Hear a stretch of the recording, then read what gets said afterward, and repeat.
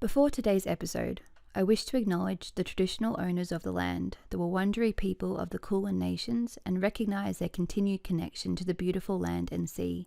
I'd also like to pay my respects to the elders past, present and emerging, and I extend this acknowledgement to the traditional owners of the land my listeners are on. Welcome to Ritual the Podcast, your cottage in the woods. A sacred space for the witches, the healers, the magical folk to meet and speak of wisdom, witchery, and old world magic, where people come to learn, to hear stories, to share secrets, and to be free to be their true selves. Welcome to Ritual. So today is a very exciting day. This is something that I have been trying to do, but the weather and the sickness and all the things have been against us, but we're finally here. Now, if you are big into reading, which I think is like a prerequisite to be a witch, is everybody has to have a slight obsession with books. But if you are, you will know there is one book in particular that everybody has a very deep place in their heart for, and that is The Green Witch.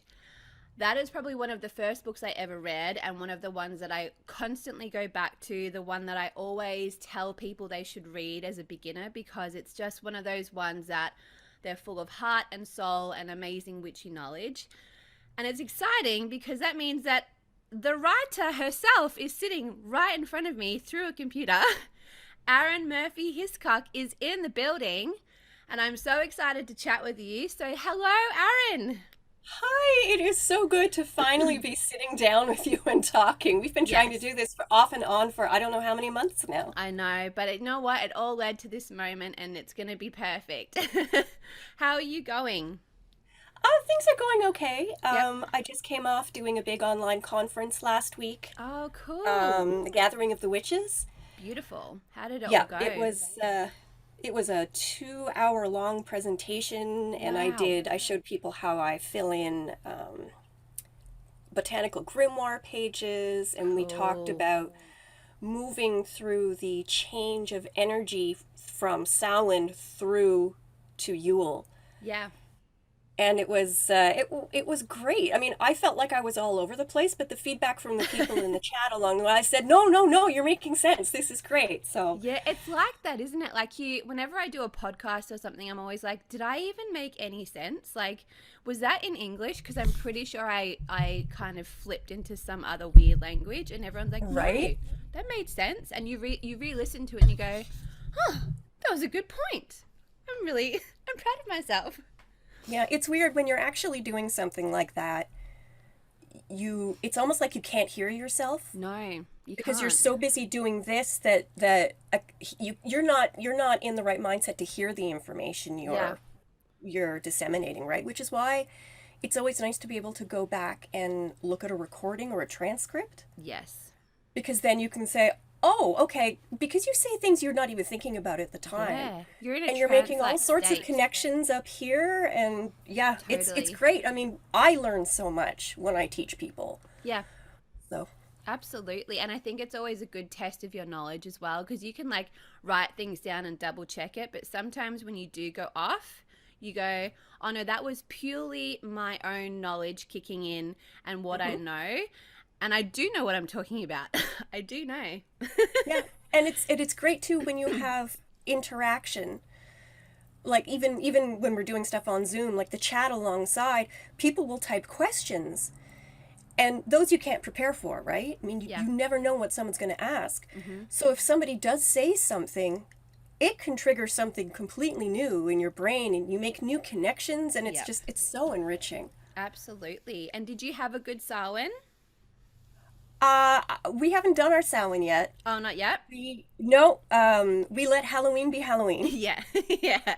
We do Samhain when the sun hits, 15 degrees of Scorpio? Yeah. So it's usually about a week later, Oh, roughly. beautiful. That's It is, kind it's of good great. then. It's great because first of all, like, I mean, on November 1st, everybody's posting the memes of like, no, you can't take Halloween away from me. And I'm like, I've got another week to go. This is great. See, for me, because we have Beltane here, so Beltane, I always yeah. do Beltane on the 1st of November because I'm like, the 31st is Halloween. Leave Yeah. it alone. Let's all be spooky. But then there's that other part of me that's like November 1st. I guess it's basically Christmas now because I've got this like Christmas elf inside me that is bursting to come out. So I'm like, no, November 2nd is Christmas. November 1st is Beltane. So today I'm like, yay, it's Christmas.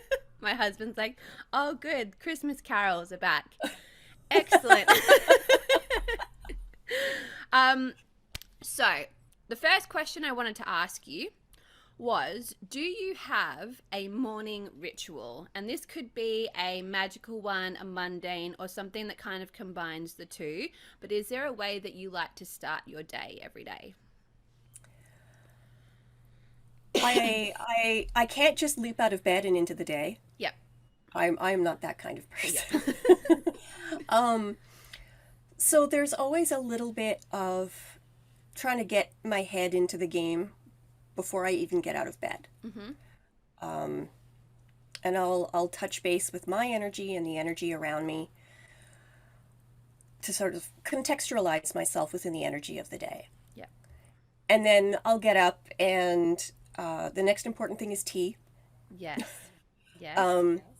But I have a friend who's a tea blender. She has a tea shop business, and she's magically minded as well. Mm-hmm. So all her blends, I can look at what she's put in a blend and go, that's the energy I need today.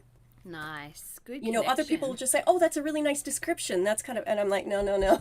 Yep. I know the magical correspondences for all these things. I know Mm-hmm. exactly what I need today.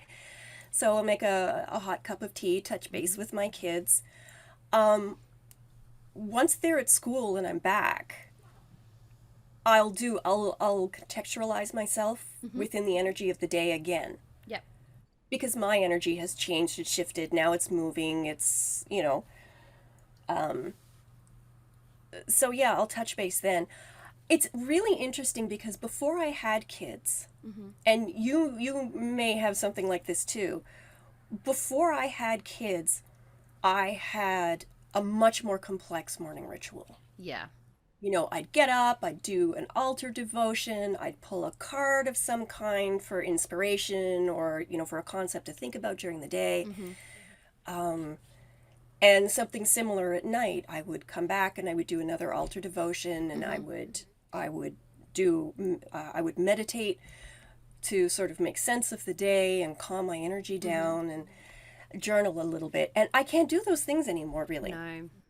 because the kids are all over. The kids are they always need something. Yeah. And if that's my focus right now, then that's my focus right now. That's a Yeah. different kind of priestessing. That's a different kind of spiritual interaction, Mm-hmm. making sure that they're comfortable in and of themselves, making sure that socially they can process the emotional information coming in and going out, and even on a mundane level balancing all the homework and the Yeah. and the deadlines, and did you eat enough today, what Yeah. what were the good things that you ate today. And one of my favorite questions at the dinner table is, what's the best thing that happened to you today? Yeah, we love that one too. Yeah, Mm-hmm. yeah. Um, because we have to go around the table, and everybody, even mommy and daddy, have to do it. Yep. And it's great because on a day when it's been frustrating, when it feels like you've been hitting obstacles, and you have to look for something positive. And there always is something, even There something always small. is. Mm. We Yeah. we're really big on that as well, where we always say, can you say three things that you're grateful for that happened today? And it's gotten to the point now where our little girl Poppy, she's 6. She is the one that will go, can we go around and say what we're grateful for? And we love that because, yeah, even if you're in the worst mood and you're just like, I so can't be bothered right now, you go, no, if she can do it and she's 6, I can sit here and think of something good that happened. Even if it was like, I had a really good coffee. and it just like shifts your mindset completely where you're like, it wasn't a total bummer. It wasn't totally the worst day ever. Exactly. And even if it comes down to I'm sitting at the table with my family Exactly. We're and we're eating talking. food. We're so lucky. Exactly. You know, we're fortunate enough to be able to do that. And I like that my kids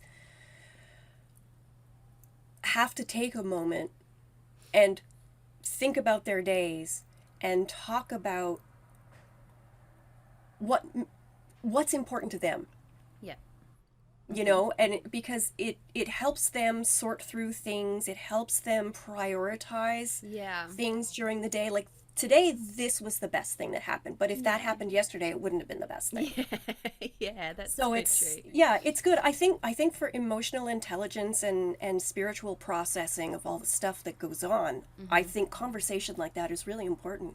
Absolutely. And I think also what you said about um, changing your priorities of how you start the day, like if you are a parent, because I know for me, pre kids, you could do so much of everything whenever you wanted all the time. And for me, like, I have this kind of romantic view of like, ideally, I would wake up and I would do this like hour-long meditation, and then this would happen and this would happen, and it would be great.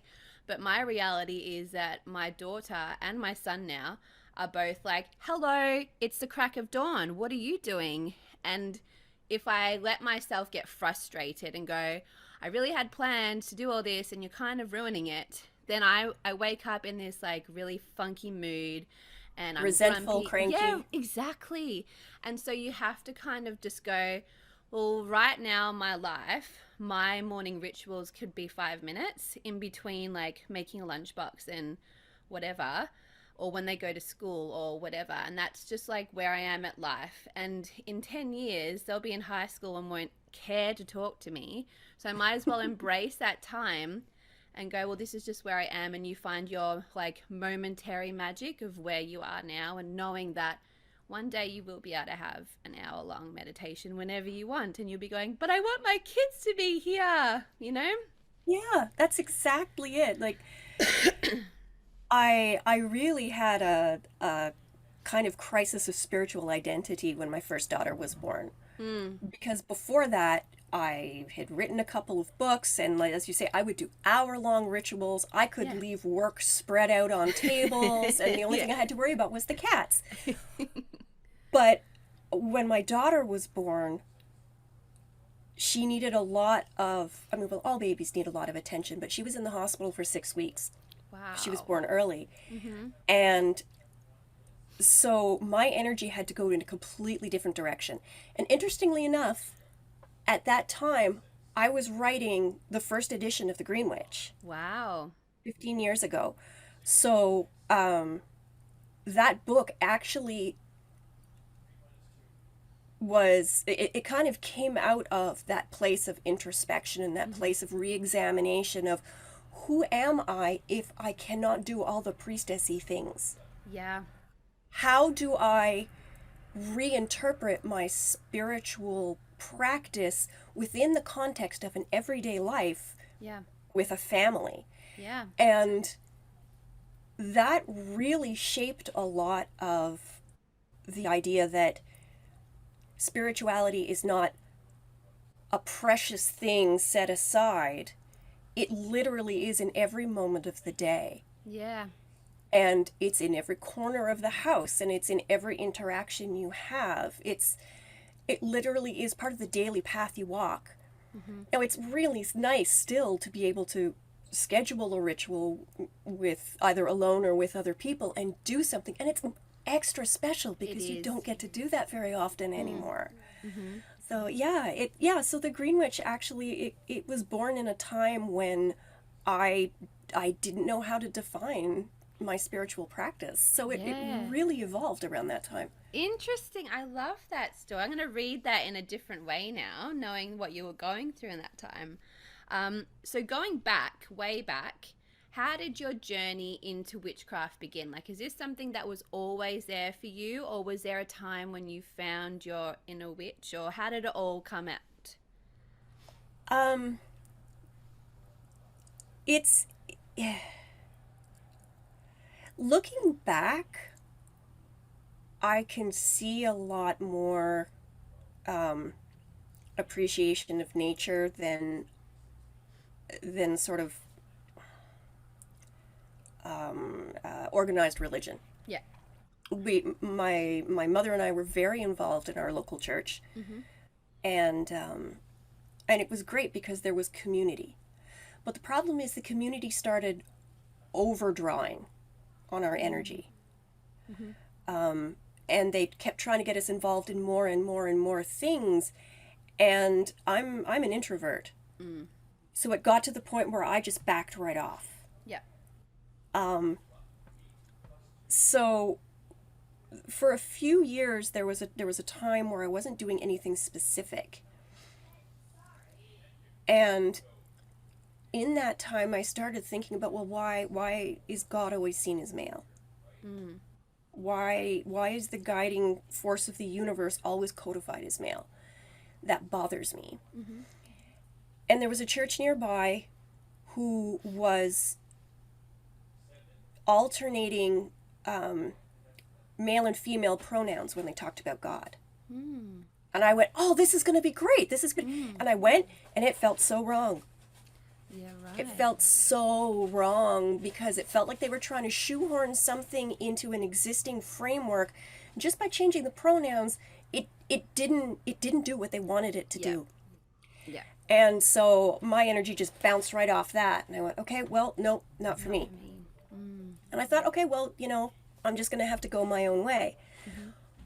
Well, in early university, a group of friends and I started doing a group storytelling project. And I said, okay, I'm going to write the character of a modern witch, which means I have to find out what modern witches do. Yep. And I walked into a metaphysical store and I kind of paused and went, oh, I really like the vibe here. And I think I spent a couple of hours there that day just pulling random books off the shelf and flipping through them. And I went home with 3. And as I read through them, I'm like, oh, it was like little flashes going off in the back of my brain. I'm going, wait, this makes sense to me. So that's kind of how I got into it originally. And then I love to read. I will research the heck out of things before I do anything. Yep. So I kept reading, and I started getting into using herbs in magical practice.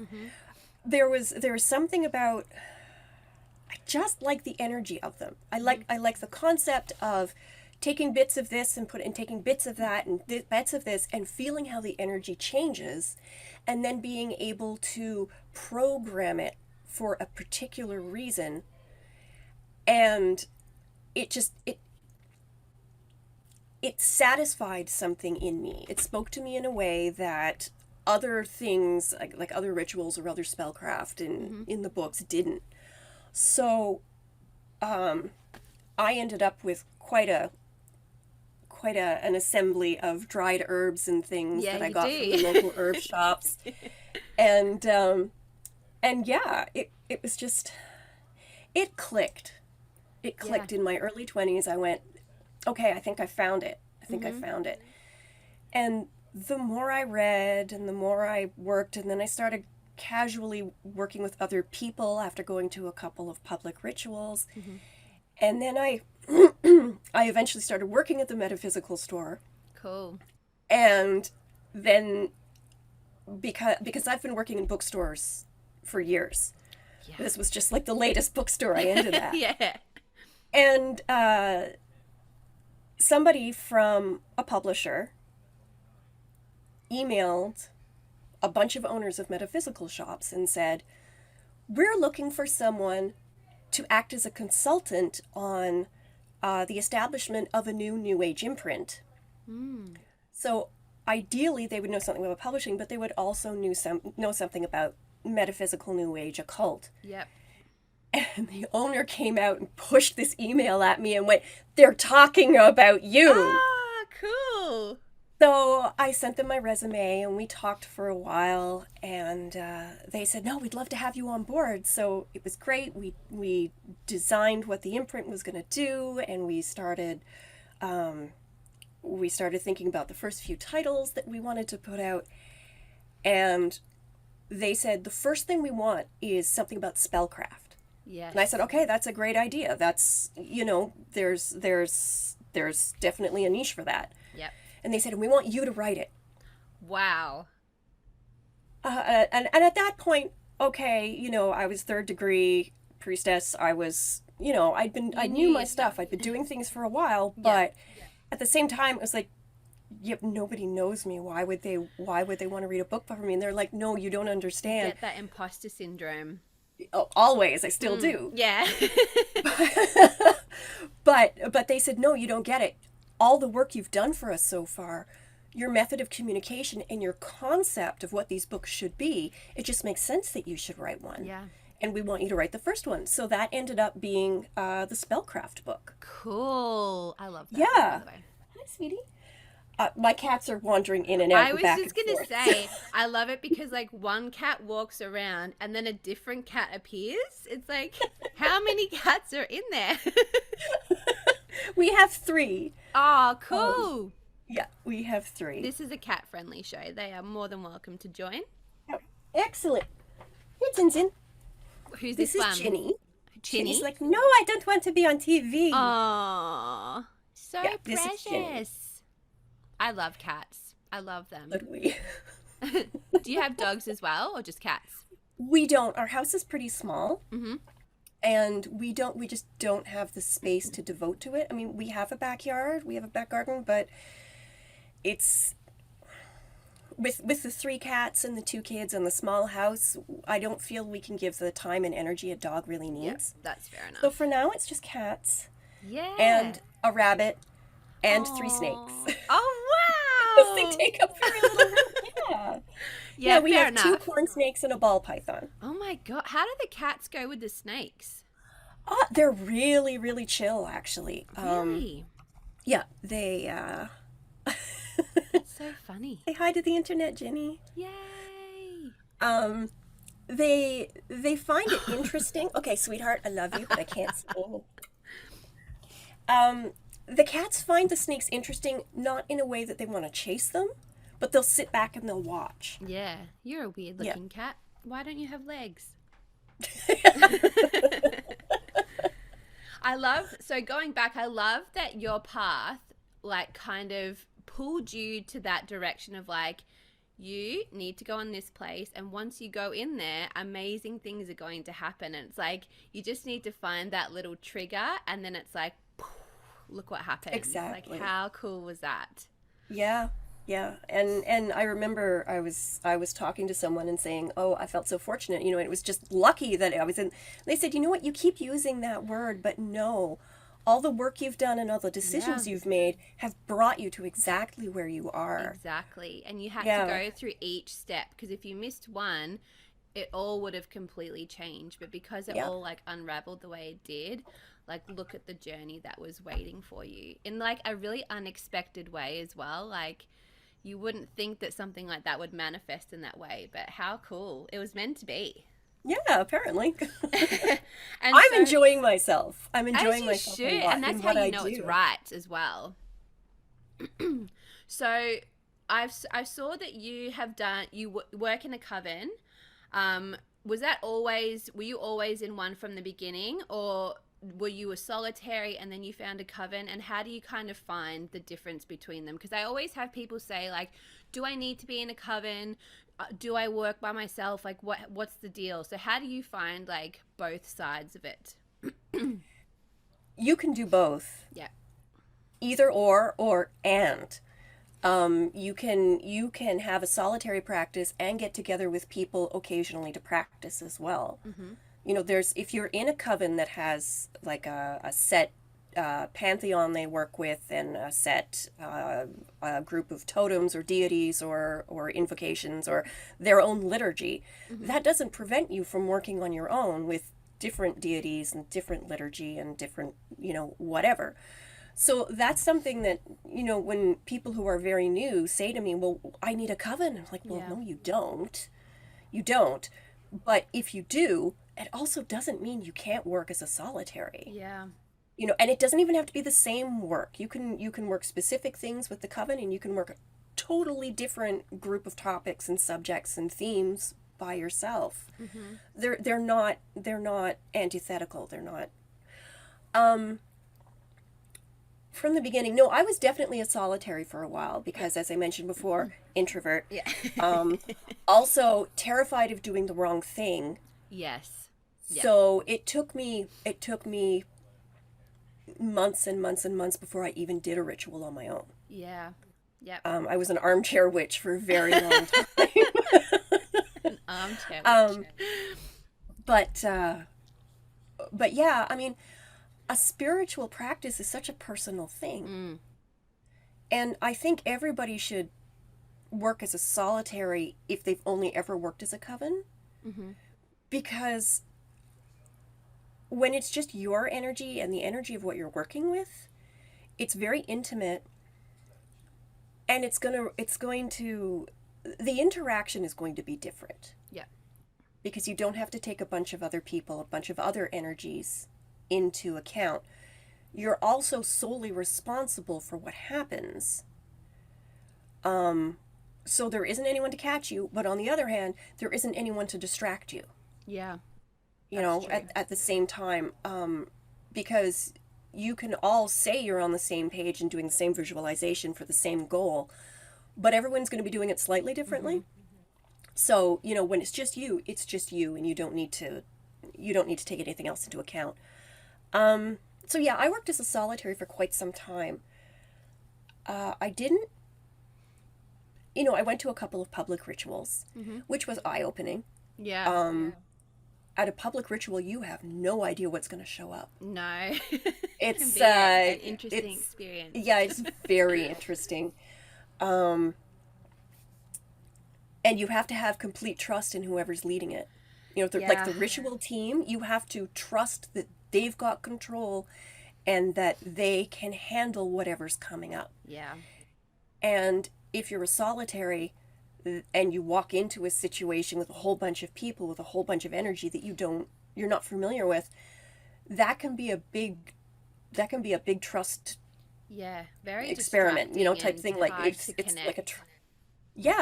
it's rough. It can be really rough.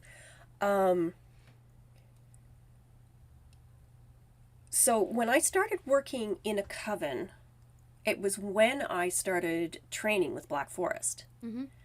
And we were a distance coven because Black Forest is based in the United States with its Hearthstone in Pennsylvania. Mm. So we were studying distance. And distance learning is another challenge because you don't have someone right in front of you showing you what to do. Mm-hmm. You can't feel energy moving. You kind of have to build it from the ground up and say, this is what feels right to me, or in the case of a group, this is what feels right to us. Yeah. So we got really, really close. I mean, there were only 4 and then 5 of us in that coven. We all got really, really close. But when we all hit 3rd degree, we all went off in our own directions and started our own covens. So why do you think that is?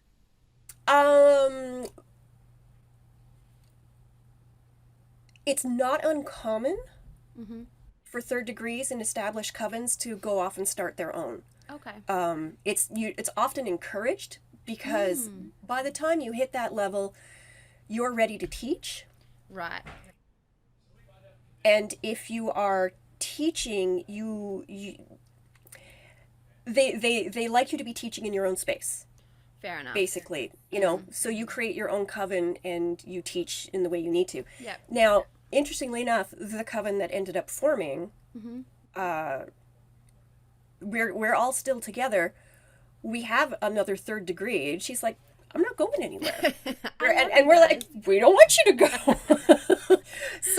So we've been practicing together Oh, wow, for over 15 years. Wow, that's Yeah, amazing. it is amazing. It is Mm, amazing. And we took someone else in a couple of years after that, and we've had a couple of people come and then say, you know what, this isn't for me anymore after yeah, a couple of years. And it's like perfect love and perfect trust. Please go follow your path. yeah, Go you.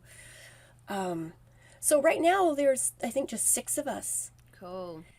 and again because of COVID in the last few years we haven't been able to get together. So it's Yeah, back to being online, yeah, which I know, but they don't yeah, necessarily. So, yeah, I mean, there are pros and cons to both, and I think both train you in a different way yeah.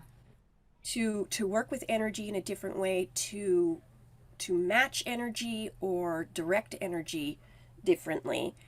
And I think both are really, really valuable Mm. methods through which to practice.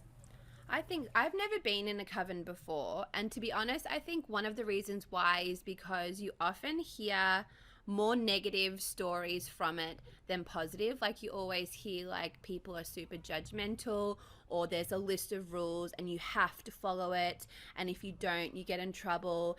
And to Yeah. me, I've always been like, because I'm like, I say I'm an extroverted introvert where I can appear to be very out there, but I'm inside, I'm like, people, no. So I'm always like, it has to be the right people. Otherwise, I know I would just be like, no, and I also don't like people telling me what to do all the time.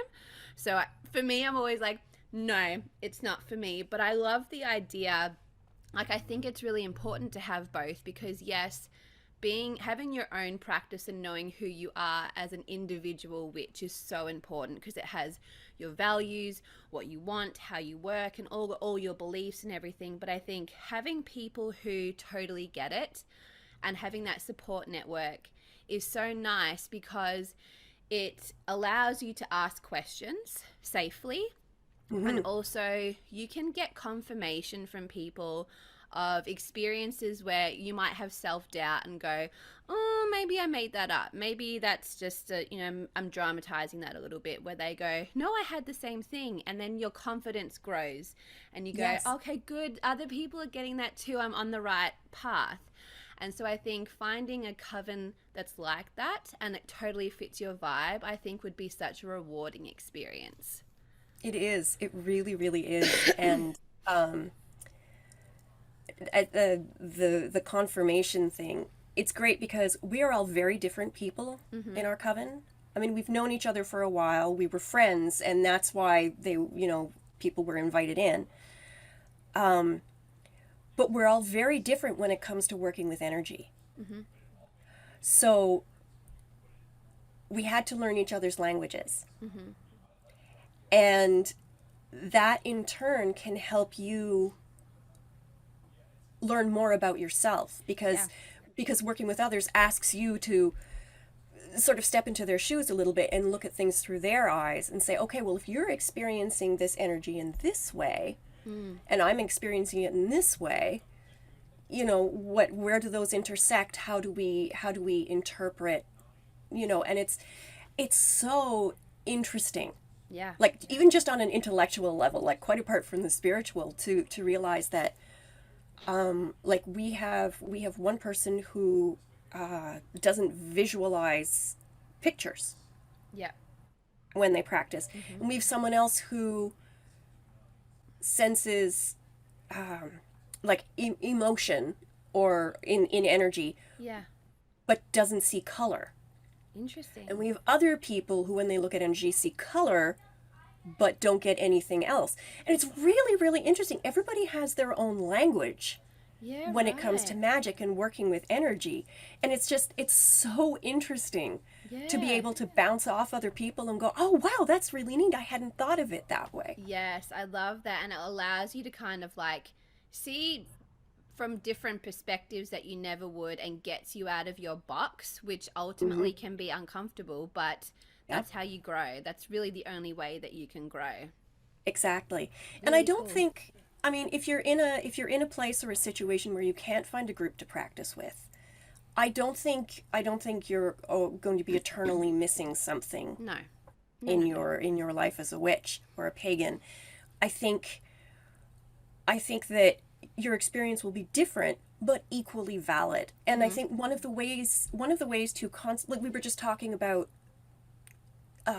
interpreting things through other people's eyes, like being able to look at people's different energy languages, for the lack of a better term, and getting ideas from other people, and people bringing experiences in, and you saying, "Oh, I hadn't thought about that." That's where reading comes in. Yes. There is something so great about being able to grab a book, and there are so many good ones coming out these days. To grab a book and read it, and be an established practitioner who's been doing this for years and years and years, and come across something that makes you go, wow. Yes. Wow, now I get to sit back and reinterpret my practice through this particular lens. Yeah. And, you can't help but grow. Yeah. Even Because if you read something and evolve. disagree Your with practice it. should always be evolving. Otherwise, I feel like it just becomes stagnant and stale. And Yep. so I'll always read like beginner witch books or whatever, Yes. because you go, well, maybe there's something in here that I have never heard, or maybe it reminds me of something that I've forgotten. But I Yes. think, the more you read, the more you just open up all these new areas of your mind and go, yes, yes, yes, yes, I want to go here and here and here. And there might be things that a year ago you had no interest in, where all of a sudden you're like, you know what? I actually really want to do that. Yeah, definitely. And I mean, reading 101 books Yeah. is great, because you can always go back and look at your basics and say, "Oh, I hadn't thought about this for a while. Let's go through it again. Maybe with this new spin on it, maybe not. Maybe I can read this and go, nope, that doesn't work for me at Not for all." me. And Yeah. even that confirms, okay, what I'm doing is right for me right now. Totally. I 100% agree. And so you say that you do priestess work and you are a priestess. Can you explain to me what that is exactly? Because I do hear that a lot, where people say, I am the priestess of da da da da da. What does that mean? Like, can you explain that? That's such a great question. Um, there are different levels to the answer. Mm-hmm. On a community level, I priestess for people who want a nature-based spiritual ritual, rite of passage, or something. Mm-hmm. And that's great. It's always so much fun. I love baby blessings. Oh, They are my cute. favorite. They are my favorite. Weddings are lovely. Mm-hmm. I have not done a crossing for someone I don't know yet. Yeah. It's always been within the family, and it's always been a private thing. Um, on a coven level, as a priestess, I do a lot of organizing.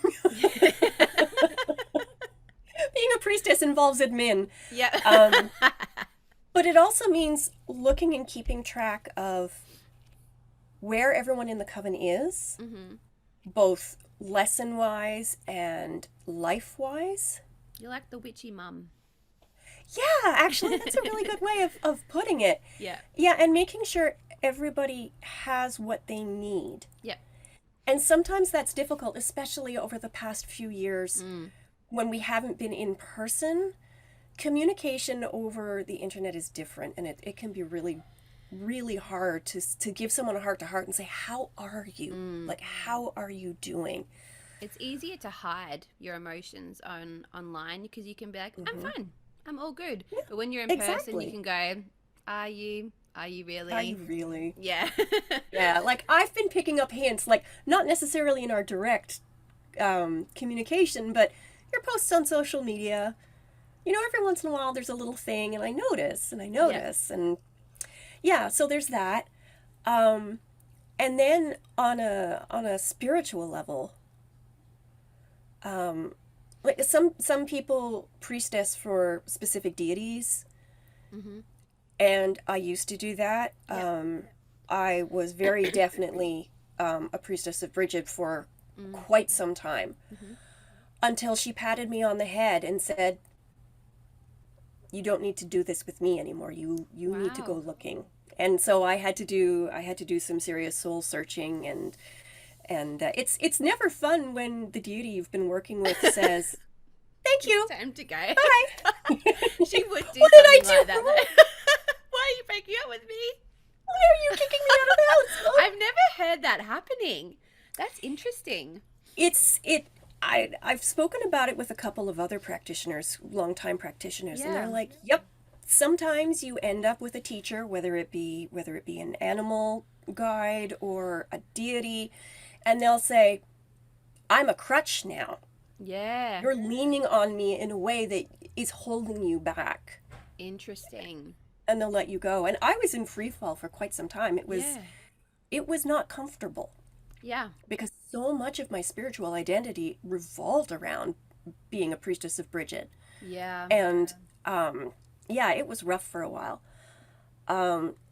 So I don't consider myself a priestess of any specific deity right now. What I do now is I facilitate the connection between people and nature. Interesting. So I priestess for nature, That's if beautiful. that makes sense. Yeah. If that makes sense. Mm-hmm. And it's really nebulous. Mm-hmm. Like it's hard to say I do this and this and this. But yeah, what my main thrust now is working to help people improve their connection with nature as a whole, and their specific environmental nature in particular. I want to get people to think about how they interact with energy and how they can use it to benefit themselves, but also how they can benefit the energy of nature around them. Because it really is, it's a dialogue, right? It's not something that you use and ignore. No. You give. There's a give and a take. It's a has to be. process, and it's a constant dialogue. And that's what I consider my priestessing role now. Beautiful.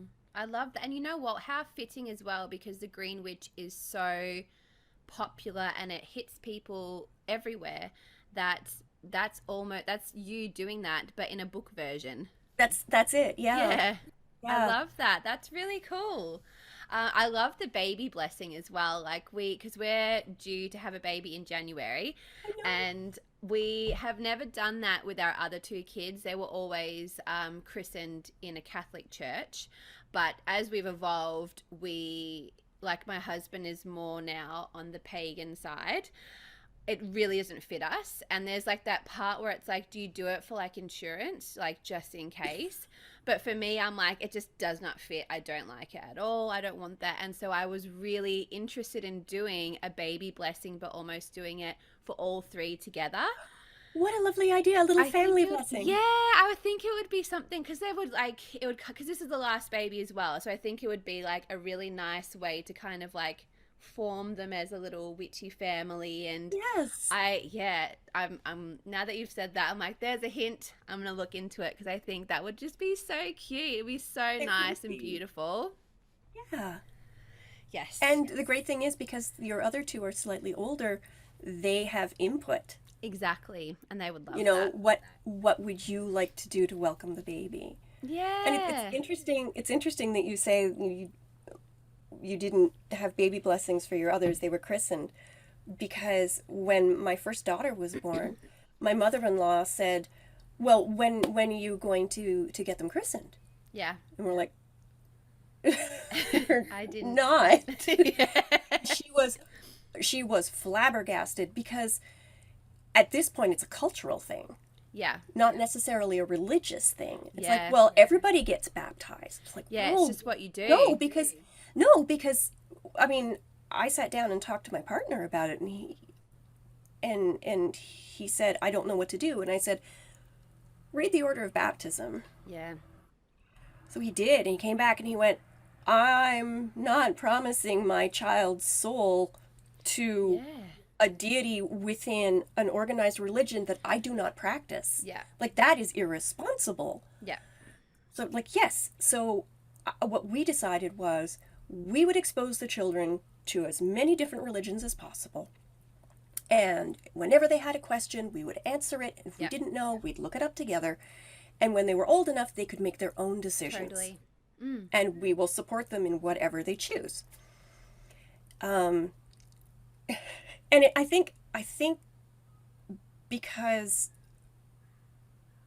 we don't do a lot of formal ritual, it's a lot of my spiritual practice is in my head and in the things I do every day. Mm-hmm. The kids don't necessarily see a lot of worship or ritual activity. So their idea of their spirituality is so completely different from anybody else in their classes. Like grade 4 or grade 5. Mm-hmm. My first daughter, they started studying various world religions. Yeah. And they had some minor ones as well, not just the big monotheistic ones. And they were getting to the end of the unit. And she came home and she said, Mom, they're not talking about paganism. Mm. And I said, well, maybe they don't know that people still practice that these days. So the next time it came up in class, up went her hand and she said, why aren't we talking about paganism?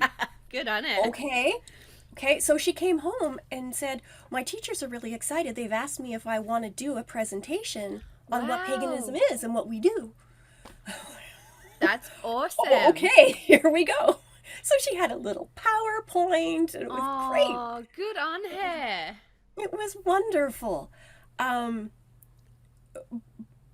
But again, we because it's just so much woven into our everyday lives, there's nothing specific that they necessarily do. They will come to me if they're upset about something or if there's a problem. And they'll say, can we do a spell or can we make a charm? I was like, hey, sure, let's do that. That's great, Grab a penny from your birth year, choose a rune that means something to you. We'll put a stone in. You can do a little picture of the animal you want to bring with you for this. Write down 3 keywords. Put it all in the packet, and we'll say what you need over it, and then we'll light a candle, and the candle can burn down over it, and you take it to school tomorrow. Yeah. Just stick it in your back pocket, and you're good. Yeah. It gives them a sense of control. Totally. Over what they're doing in life. And it's totally great. agree. Because, what is that except other than focusing what you need and working through a problem of some kind? Yourself. Like empowering yourself, getting yourself to do something about it, not relying on a force to fix all your problems. Yeah. We're the same, so my husband's Irish, so very Irish Catholic upbringing. So that's where the christening was that's just what you do. But I remember with my second, with Noah, I was reading what they were going to say, and I'm like, why are they talking about the devil? What has that got to do with anything? And I'm like, we're not saying that. You can't say that. And then the next thing, I'm like, I don't really like that either. And that's when I was really I'm not happy about this. I'm doing this for you. And even he was like, yeah, I'm not super sold on it, but we just have to do it because we did it with the other one, and we have to do it. Yeah. And so I think with this pagan lifestyle, I think one of the reasons why kids really like it is because it's not so forced, and because it is so every day, I'm going to drink a tea that's got this in it because it's going to make me feel this, or those crystals are here because they're going to do this to the room. And it's just casual conversation. And so my kids will always ask what does this mean? What does that mean? I never read this, do this, believe that.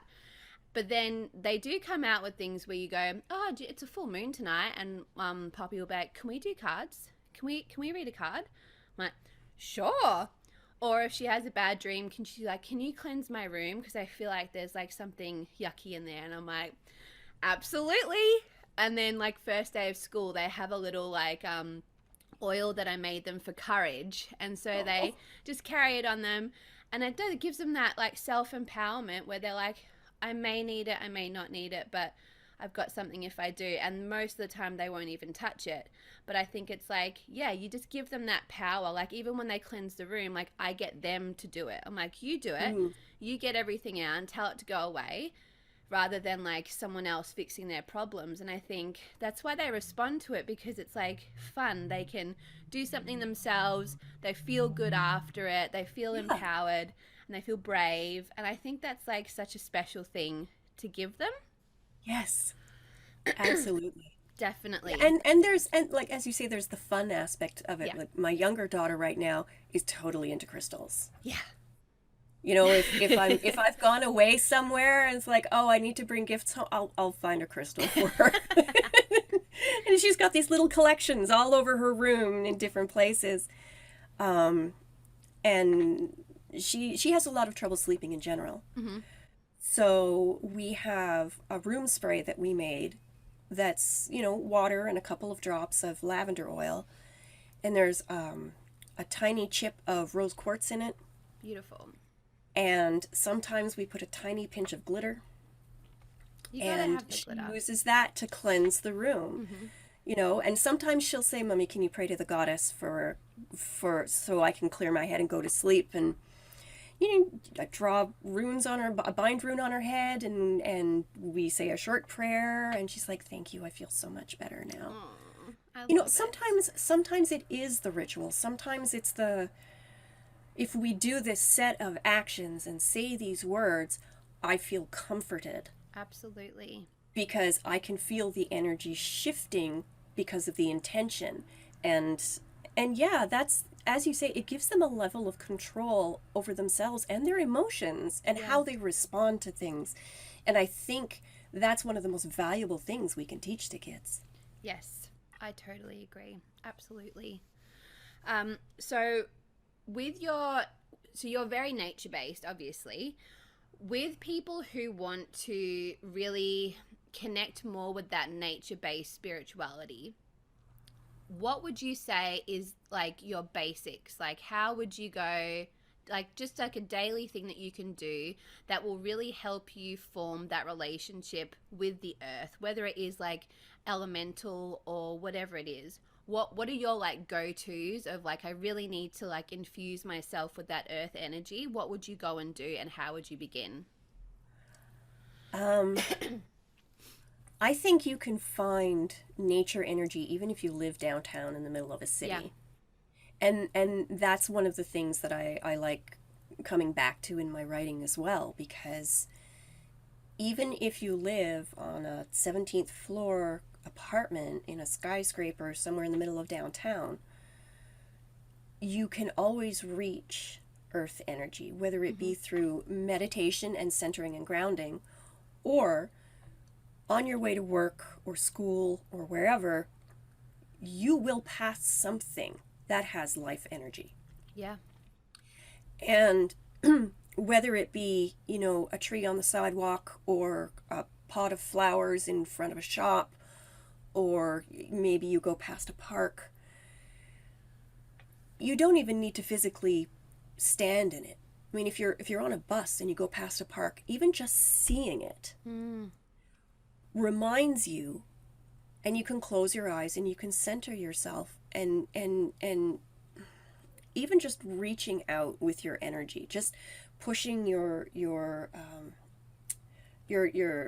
personal sphere of energy, your bubble, even pushing that out a little bit toward what earth energy you feel around you. I mean, so much of this is just being aware. Yeah. And taking the chances when you find them. That's just kind of on a day-to-day level. But when you have time, you can also find a public park and just sit on a bench somewhere, or if the weather's good enough, you can sit on the ground. Most cities have botanical gardens. Yep. Of some kind. You can, some of them may be free to get in and wander around outside. Some of them you may have to pay to get into certain exhibits. But doing that is a gift to yourself. Because being able to walk in a place that produces so much natural energy is really interesting, especially when you want to do some sort of little experiments with native plants versus imported plants. Because in botanical gardens, they'll often have themed places. Yeah. This is the Japanese garden. This is the, so you can go to a place and go, okay, I know these plants are not native to here. How do I interact with their energy? Fun. Versus how do I interact to the plants that are in a public park? Which most of the time will be native to, or at least naturalized to the area you're in. So I think, and I mean, even if you can't get out, which is something that becomes more increasingly difficult for me too, because I've got fibromyalgia, I can't go out and walk around a lot. Reading about local stuff, looking at pictures of local stuff, and in your mind talking to plant spirits. Like even if it's you can set yourself up in sacred space and close your eyes and invite a local plant spirit who wants to talk to me and teach me about something about the plants or the trees that live around here. I mean, there are so many different ways that you can do it. I mean, our first line instinct is, I need to find green space. Yeah. And that's great, because when you do get outside, it has a physiological effect as well that's beneficial. But if that's not possible, or you can't do it as often as you'd like, there are different options that you can explore and find out what really works for you. What's your ultimate nature date for yourself? What do you love doing the most? There are two things I love doing. One of them is just sitting in the cedar swing in my backyard. That sounds good. Yeah, the backyard, it's not very big, but over the past decade, we've done little things every year. So, we've got beautiful fences now, and my partner built a beautiful pergola in the middle of the backyard, and we've got wisteria growing up one side of it and down, and every year we buy at least 3 new rose bushes to put in different places, and every year the vegetable garden is different, and it's the perennials that we put in that sort of form that core energy. Yeah. And then the annuals, which die off every year, they're sort of like the icing or the highlight to the deeper energy. So yeah, I just love sitting in my backyard, and usually if it's sunny, yes, with a cup of tea, and I'll just swing and I'll just close my eyes and I'll just feel, because there's been a lot of curation. We're like, what do we want? What do we want here? What's going to make us feel good? What's going to look pretty but also be beneficial energy-wise? So I like doing that. The other thing I like doing is going to our local plant nursery. Yeah. Yeah, it's closed for about 3 months of the year. So, it closes just before Christmas and it opens again around spring equinox. But I love to go in and just walk around. Yeah, the smell of a nursery is so good. Yes. And I walk in and I relax. Like any tension just kind of goes. Yeah. It's wonderful. And if I go once a month, every month there's something different, because new rotation of plants come in. Nature always changes. Exactly. And the best time is, late April, early May for us, because we'll go in and we'll say, okay, what are the big things we want to buy for outside? Yeah, what are the big goals? What new shrubs are we going to put in? Which herbs are we going to grow this year? Do we want to buy hanging baskets of certain things to to highlight stuff, or do we want to start a container garden on the back deck this time as well as the garden on the main level? There's just so much potential. Yeah. Absolutely. You know, and I think that's one of the fun things about working with plants, either dried or living. There is so much potential, there's so much life energy, and there's a whole world there. And what you choose to combine together is going to shape the energy of your environment, and you never know what's going to happen. You know, like you can say, okay, I'm going to do these specific things, and this is what I think is going to happen. But the synergy of all the different things coming together, and then you interacting with that synergetic, you know, combination is just, it's always so much fun to see what happens. Yeah, absolutely. Nature does its own thing as well. So it's always really interesting to watch what's going to appear when you least expect it. So we've done the morning. How do you like to end your day? Do you have an evening ritual that you like to do at nighttime? Again, if I didn't have kids, what I would do is I would like to sit down with a journal and journal like 3 things I'm grateful for today, things that I could do differently tomorrow. Yep. You know, what are some concepts that I want to think about while I sleep? You know, things like that. But it's so hard because there are times where I'll just go to bed and just fall over asleep. 100%, most nights. Right? Yeah. Right? So, you know, my evening, it always has to involve water in some way, shape, or form. Even if it's just holding my hands under running water and visualizing the energy that's collected over me through the day, just being washed away. Just being washed away so I can shake off the day. I find water very calming, very purifying, very cleansing. So if that's the least of what I can do, that's what I will do. And, you know, visualize while I do it.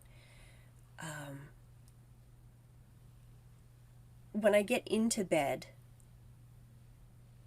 I usually read a little bit to help distract my brain from what was going on during the day. Because it tends to keep going. The hamster keeps running that wheel, and it's very difficult to shut it up sometimes. Once upon a time, I used to have a lot of trouble at night letting go of the day. Yeah. And because I would go over and over and over certain things. So one of the things I do now is spiritually release the day. And if it's sort of like light meditation. I'll let certain things bubble to the surface of my mind that happened during the day, and I'll either say thank you or, you know, just keep moving on. It's not something I want to keep. And it's very casual, but it's sort of good mental hygiene. 100%. Sort of like it's good because if I hold on to stuff, it will eat me away. Yeah, and you wake up feeling heavy and you're like, the day has just begun. I have no more room left for thoughts. Right, exactly. So, you know, thanking whatever comes up and releasing it, it makes for an easier sleep, and it makes for a better wake up the next day, definitely. Beautiful. That sounds good to me. Now, before we finish, I've got my final 5 questions, the fire round of questions. Just last minute getting to know you. So, first question. What is a movie you could watch 1,000 times and never get sick of?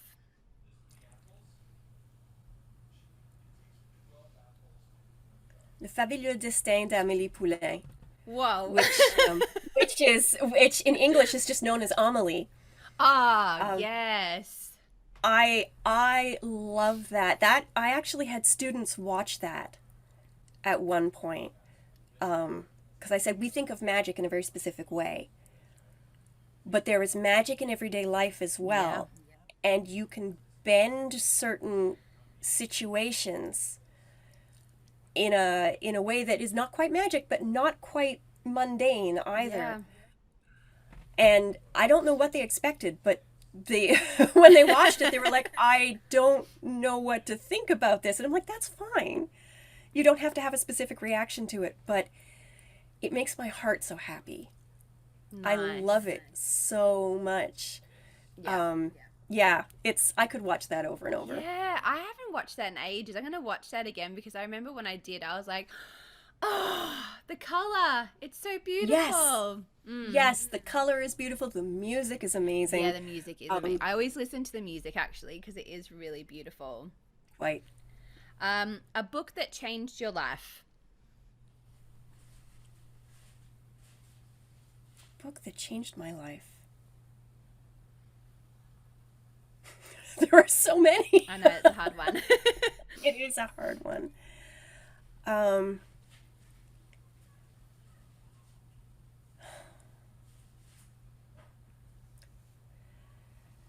maybe the first book I pulled off the shelf at the metaphysical shop.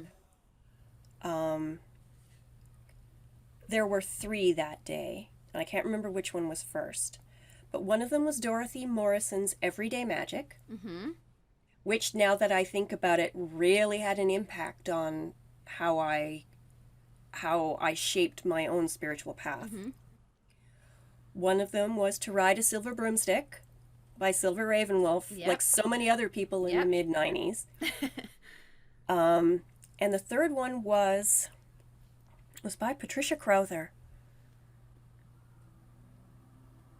I can't remember the name, but it had a dark teal cover and the title was in yellow.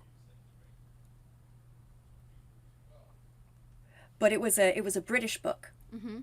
So it had a very different spin on the idea of magic and practicing it and walking a magical path in the modern Beautiful. world. So those three together definitely changed how I approached the concept of magic and the realization that my spiritual path did not have to be organized by someone else. Mm-hmm. Perfect. If you could be any animal for a day, what would you be?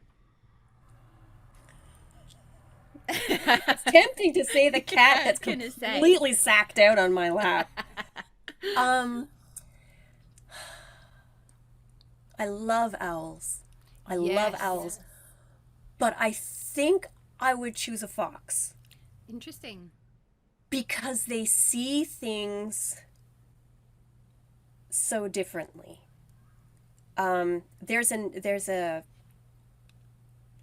There's an active energy to them that I find it juxtaposes with the whole trickster and the fox medicine of I'm invisible, you can't see me. Mm-hmm. I will observe, but not be observed. And I think that contradiction is so fascinating. So yeah, I think I would choose to be a fox for a day. Good answer. That's a good one. If you could travel anywhere in the world right now, where would you go? I would go back to Scotland. Oh yeah, I'd love to go to Scotland. I would go back to Scotland. We went there for our honeymoon. And the air was just so rich. And no matter where you looked, there was beauty. Yeah.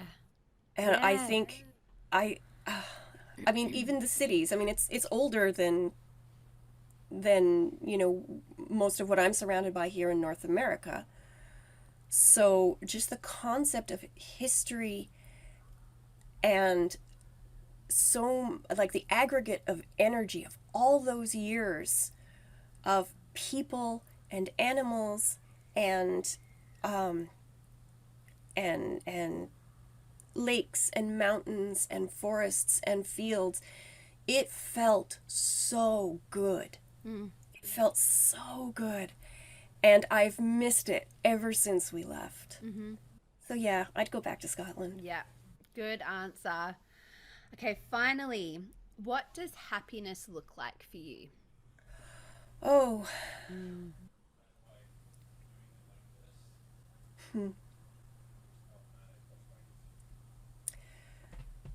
Family, blood or chosen family, Yep. being happy around me. Like if Yeah. I can sit there and look around and see my family and my chosen family being happy, that makes me happy. It's very addictive.